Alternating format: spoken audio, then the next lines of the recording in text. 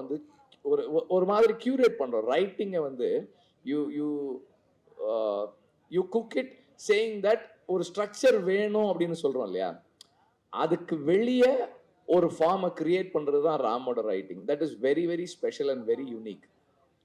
This is something அது நம்ம வேற யாராலையுமே அது பண்ணவே முடியறது இல்லை. நம்ம ட்ரை பண்ணாலும் நமக்கு வராது. ஒரு செட் பேட்டர்னுக்குள்ள போறோம். அவர் ஒவ்வொரு படமும் ஒவ்வொரு ஸ்டைல்ல பண்ணிட்டே இருக்காரு. இந்த படம் வந்து எனக்கு வந்து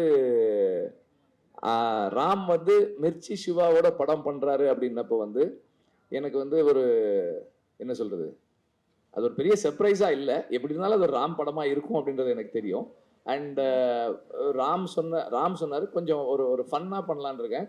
என்னோட பையன் என்னெல்லாம் பண்ணனோ அதெல்லாம் ஒரு படமா இப்ப பண்ண போறேன் அப்படின்னாரு. தங்க மீன்கள் வந்து என்னோட டாட்டருக்கு, இந்த படம் வந்து என்னோட சன்னுக்கு அப்படின்னு சொன்னாரு. So I knew that it's going to be a fun. அவருமே அதான் சொன்னாரு, ஒரு ஃபன் ஜேர்னி அப்படின்னாரு.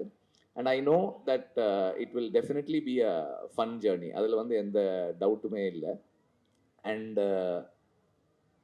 Ram is a great teacher. இதெல்லாம் என்னன்னா நான் ராம் பத்தி என்னுடைய இது சொல்றேன். இந்த படத்தோட சம்பந்தமானது இல்லை, but about Ram. This is a stage for Ram. அதனால நான் சொல்றேன், ராம் வந்து is a very great teacher. ஏன்னா வந்து இன்னைக்கு தமிழ் சினிமா அன்னைக்கு ஒரு இதில் பேசும்போது பேசணும், ஒரு யங்